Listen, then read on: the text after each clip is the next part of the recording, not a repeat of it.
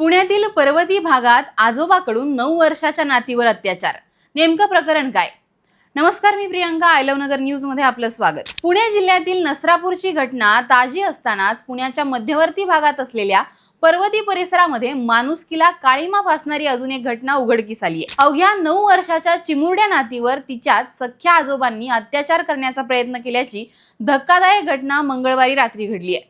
या घटनेमुळे परिसरामध्ये प्रचंड खळबळ उडाली असून संतप्त नागरिकांनी रात्री उशिरापर्यंत पर्वती पायथा परिसरामध्ये ठिय्या आंदोलन केलं. आता हे संपूर्ण प्रकरण नेमकं काय आहे ते जाणून घेऊयात. समोर आलेल्या माहितीनुसार पीडित मुलीचे आई वडील हे काही कामानिमित्त घराबाहेर गेले होते. त्यामुळे घरामध्ये 9 वर्षाची मुलगी आणि तिचे आजोबा दोघेच होते. यावेळी या नराधम आजोबाने चिमुकलीचे कपडे काढून तिच्या लैंगिक शोषणाचा प्रयत्न केला. घरातून मुलीच्या ओरडण्याचा आवाज येत असल्याने शेजारी राहणाऱ्या एका महिलेला संशय आला. त्या महिलेने प्रसंगावधान राखत घराच्या फटीतून डोकावून पाहिलं असता आजोबांचा हा घृणास्पद प्रकार सुरू असल्याचं समोर आलं. महिलेने तातडीने आरडाओरडा करून शेजाऱ्यांना जमा केलं. नागरिकांनी घराचे दार उघडण्याचा प्रयत्न केला, मात्र आरोपीने दार उघडण्यास नकार दिला. कारवाईच्या भीतीने आरोपीने चिमुरडीला घरातील पोटमाळ्यावर लपवून ठेवलं आणि त्यानंतर दार उघडलं. पर्वती परिसरात असणाऱ्या दत्तवाडीमध्ये ही घटना घडली आहे. अत्याचार करणाऱ्या आरोपीचं नाव अंबादास यल्लप्पा जाधव असल्याची माहिती समोर आली आहे. या घटनेमध्ये नराधम आरोपीने पोटच्या मुलीच्या मुलीवर अत्याचार करण्याचा प्रयत्न केल्याची बाब देखील समोर आली आहे.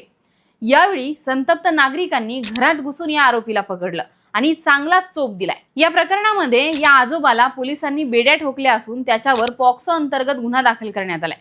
या घटनेची माहिती मिळताच पुणे पोलिसांनी घटनास्थळी तातडीने धाव घेत ही सगळी परिस्थिती नियंत्रणात आणली. या गंभीर घटनेबाबत सहपोलीस आयुक्त रंजन कुमार शर्मा यांनी माहिती दिली आहे.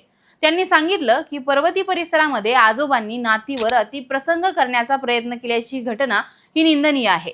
पीडित मुलगी आता सुखरूप असून तिला वैद्यकीय तपासणीसाठी ससून रुग्णालयामध्ये दाखल करण्यात आलंय. पोलिसांनी या आरोपीला तात्काळ ताब्यात घेतलं आहे. या प्रकरणाचं गांभीर्य ओळखून आरोपीला कठोर शिक्षा मिळवून देण्यासाठी हा खटला फास्ट ट्रॅक कोर्टामध्ये चालवण्याचा आमचा प्रयत्न असेल, असं शर्मा म्हणाले आहेत. आता पुण्यासारख्या शहरामध्ये जर अशा घटना घडत असतील तर आपल्या मुली आज स्वतःच्या घरातही सुरक्षित नाही याची चिंता ही प्रत्येक मुलीच्या आईवडिलांना पडली आहे.